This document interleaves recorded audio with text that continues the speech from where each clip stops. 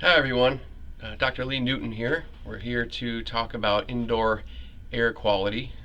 All the extra time we've had with stay at home and businesses closed and whatnot, it's really given me the opportunity to research what indoor air quality means and what it should mean for our homes and our businesses and our office buildings and exactly how it affects our health. And this is part one, which I have described as simply an overview of the pertinent ways that IAQ affects us. So we want to start with why indoor air quality is important. And according to the EPA, we spend about 90% of our time indoors. That's a big chunk of our time, but if you look at 10% of our 24-hour day, 2.4 hours, I don't know that I'm outdoors on an average 2.4 hours a day. We may be indoors even more than 90% of the time on average, and certainly that's true seasonally in the wintertime. I know there are some days in the summer where I'm working outside for maybe 7-8 hours, but perhaps 90% is accurate. Regardless, we spend a big chunk of our time every day inside, and any contaminant in the air in our homes and our businesses can be concentrated relative to the outdoor air because we're in a confined space. And indoor air can have contaminants that are unique to indoors and that you won't find outdoors as well. Here's an example or a list of different things that are in the air. We obviously breathe in oxygen and we exhale carbon dioxide, and studies have shown that the average outdoor level of carbon dioxide is about 300 to 400 parts per million. And you'll struggle, you probably won't succeed getting your indoor level of CO2 down to 300 to 400, but ideal indoors is about 500 to 600 that you should strive for. In a closed room at night when you're sleeping and breathing and exhaling for 8 hours, it's not uncommon to have that level get up closer to 1,000. And in a given work day, if you're, let's say, sitting at your desk working and your indoor air is not fresh and not ventilated enough, studies have shown that 1,000 parts per million of CO2 can cause one to not be able to think clearly, and closer to 2,000, 2,500 parts per million can cause you to get groggy and want to fall asleep. So it's important that we ventilate and introduce fresh air into our indoor environments. CO2 is what's called a surrogate for the effectiveness of ventilation. In other words, if the CO2 levels are high in an indoor space, then it's also safe to assume that other contaminants are at unsafe levels as well. Also, it may imply that you've got too many people in your business, for example, or your building, or simply that you're not ventilating enough and introducing enough fresh air. Other things, other contaminants that are in our indoor air, dust, for example, pet dander if you have pets, other allergens that maybe originated from outdoors that we bring indoors. If we open a window, then we close it up and they are more concentrated. We generally cook at home and we don't cook at work typically, but there are exceptions. But cooking odors, acrolein is a byproduct of the cooking process. It is an organic compound. It is a very, very small molecule that is dangerous in concentrations that can get into our lungs and therefore our bloodstream because it's small enough. Products of combustion, furnaces, water heaters that are natural gas powered and or propane powered, the byproducts are carbon monoxide, which we should all have the CO detectors in our homes, and nitrogen dioxide as well. It's another product of combustion, and that's also, the NO2 is found in cooking as a byproduct with natural gas or propane combustion cooking. Mold is almost everywhere, and mold spores are everywhere. Mold spores are microscopic precursors to mold. They come from dead or decaying plants, trees, organisms outside, and they're everywhere in the outside air. And mold spores are in our house at low concentrations. Effective filtration can remove them, but if mold spores have a food source like drywall, like OSB sheathing, and they get wet, then they can grow, propagate, proliferate extensively. So it's important that we make sure that we are aware of potential for mold in our indoor environments. VOCs stands for volatile organic compounds, and essentially these are fumes. They're very, very small in molecular size. If you get new carpet in your house and you're enjoying that new carpet smell, you're breathing VOCs, you're breathing fumes. Radon is another hazardous gas. Formaldehyde, asbestos, those are inside building materials, not necessarily today, but most of us live in houses that weren't built yesterday, so we have to be aware of the potential for those hazardous chemicals in our homes to some extent. Viruses, obviously the coronavirus is all the rage right now. Bacteria, they're very, very small. How well are they being filtered from our air? And other particulate matter that would be beyond the scope of this list. Why else is it important to think about indoor air quality? You know, we breathe, studies show, about 3,000 gallons of air per day, about 11,000 liters of air. That's quite a big amount of air. We're ingesting, we're inhaling, we're exhaling. Everything that's in our inhalation gets into our lungs and can potentially get into our bloodstream and travel elsewhere in the body. Sewer gas, now what does that have to do with air? Well, gas is airborne, and in your basement furnace room or mechanical room, you have what's called a floor drain. In a commercial restroom, in a commercial kitchen, you have a floor drain, and those are mandated by building codes, plumbing and mechanical codes, so that if you have a failure or a leak or a flood, your whole structure doesn't get flooded. The water can go down the drain. For example, if your water heater fails. Now, those floor drains in our commercial restrooms, kitchens, our residential mechanical rooms, they're connected to the sewer system.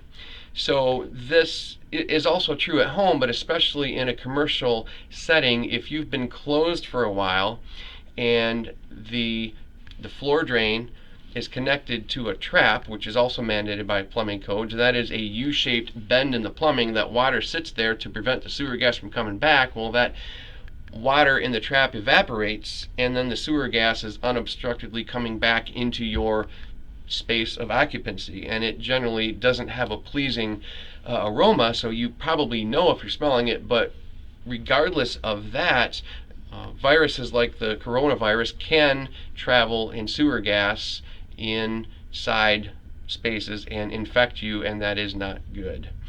According to one source, indoor air pollutants like radon, which is the second leading cause of lung cancer, cause about 20,000 deaths per year in this country, and that to me is big. That's huge.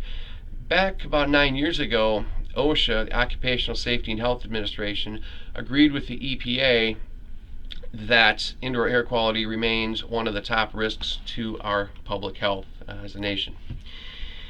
Why is it more important now than ever before?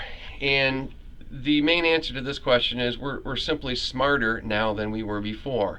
I make mistakes, I learn from them. I'm a little bit smarter than I was a year ago. I learn hopefully from the mistakes and hopefully the successes of others as well, and we simply gain more knowledge over time. As a result of that, we're building houses and commercial structures tighter than we ever have before, tighter to air.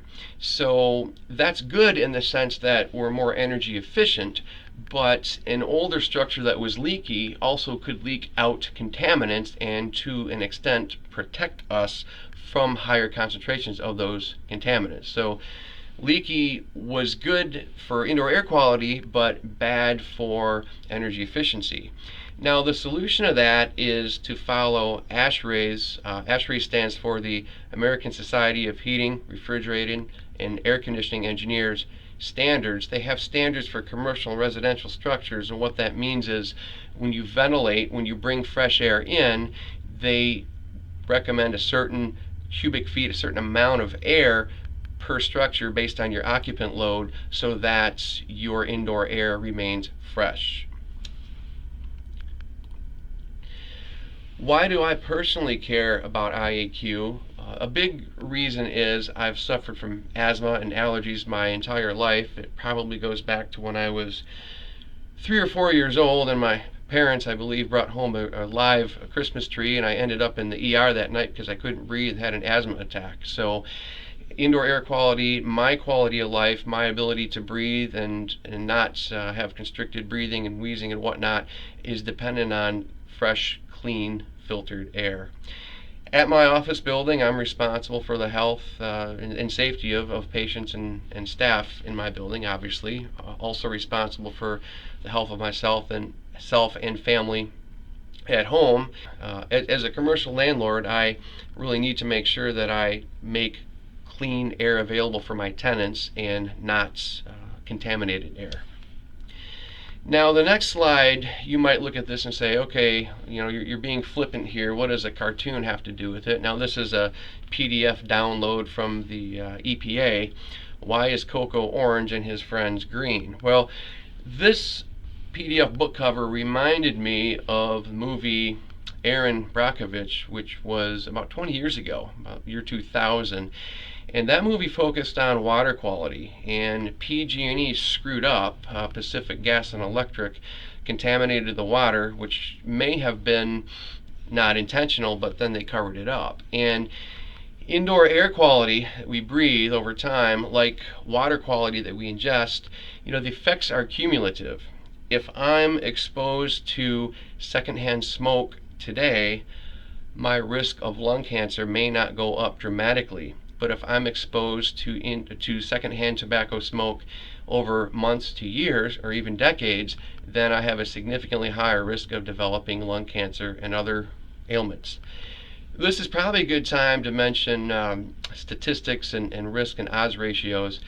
If I have a 1% risk of acquiring a condition, and then certain other factors are in play that make my risk go up to 15%, from 1% to 15%, it might be convenient to think that that's a 14% increase, but that would be wrong, because the numbers show us that that's a 14 times increase, or in other words, the odds ratio is 14 times. I'm 1400% or 14 times more likely when the statistic goes from 1% to 15%. So it's a good opportunity now to review the factors that help us stay away from what I call fuzzy math, and that's called odds ratio.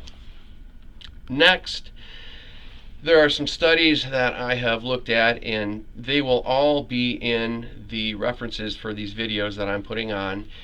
But these studies show that air pollution is damaging to every organ in the body. The Guardian studied outdoor air, but it's a fact that anything that's outdoors can be concentrated to a higher degree indoors. And every organ and organ system in the body can be affected in a negative way, from our skin to our respiratory system to our cardiovascular system. Our reproductive organs can all be affected negatively by dirty air.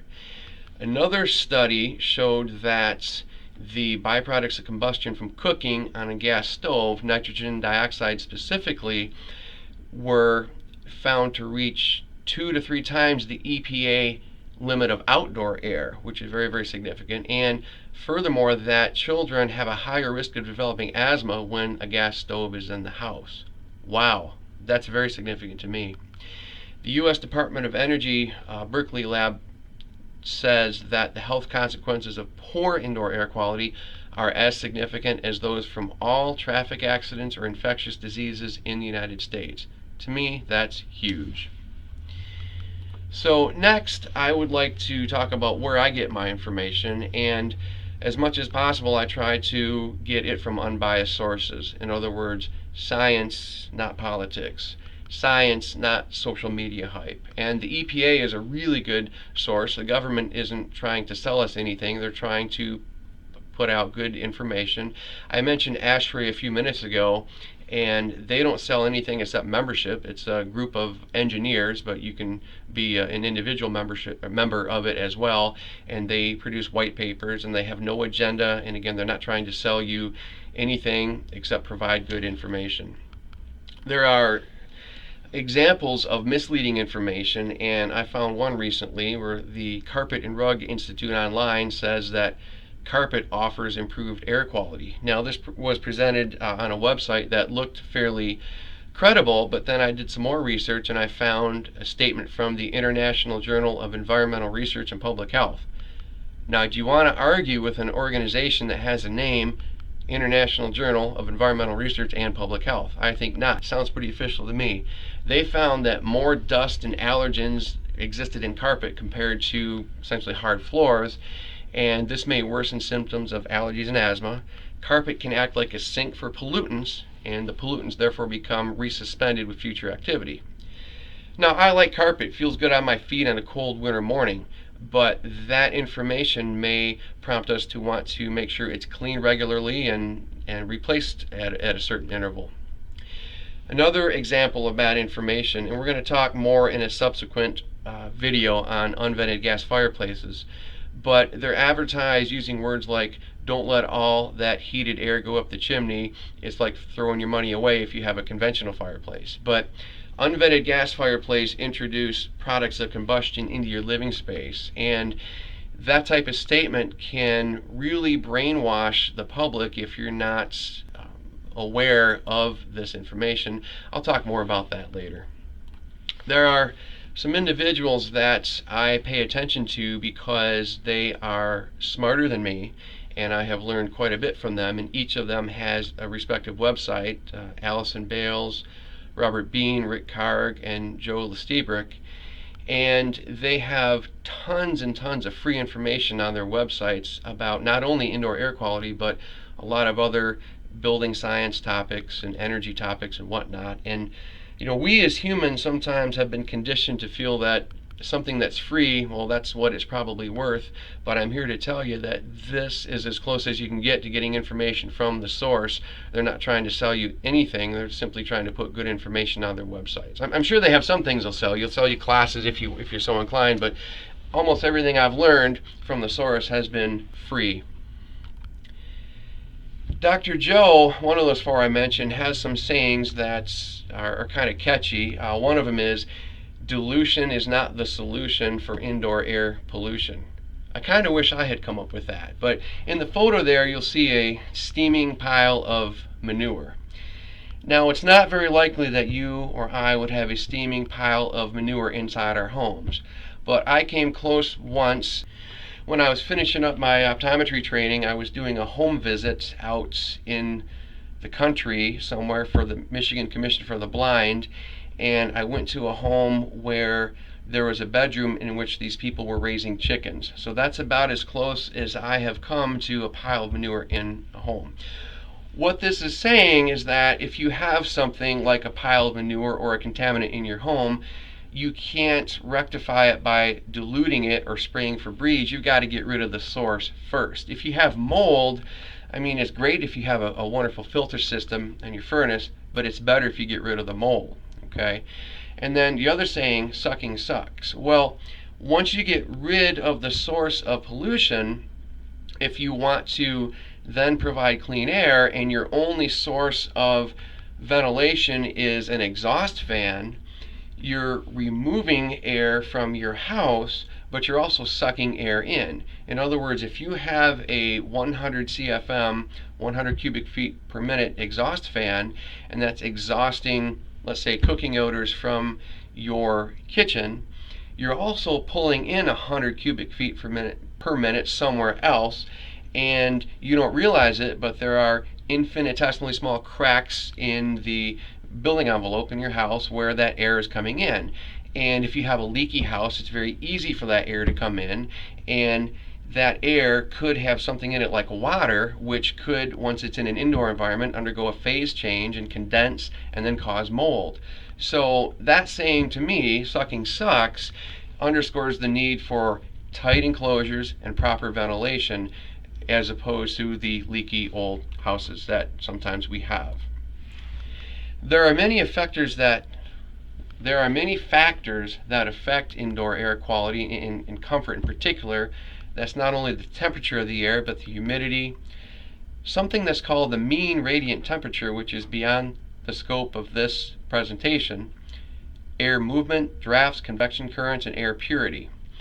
Now, if we have a thermostat in our house, that is set to a certain temperature, all we're doing is saying add heat to my environment or add cooling to my environment once the temperature gets to a certain point, and continue doing that until it reaches another point, and then don't add heat and don't add cool to my environment. You're really not affecting those 4 other factors. Now you might argue that, well, when I air condition my home, I'm also removing humidity, and that's correct. You simply can't control it, you influence it. In other words, when you're cooling, the humidity is going down, but you don't have a separate control point for the humidity. I have a bullet point there. What happens outside the range of 30 to 50%?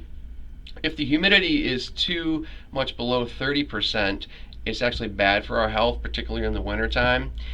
And this time of year, if we're trying to filter out, let's say, virus particles that are airborne or aerosol borne, the lower the humidity, the less the likelihood that the virus particles are going to hitchhike a ride on water droplets, and therefore it makes the virus particles harder to filter because they're very, very tiny.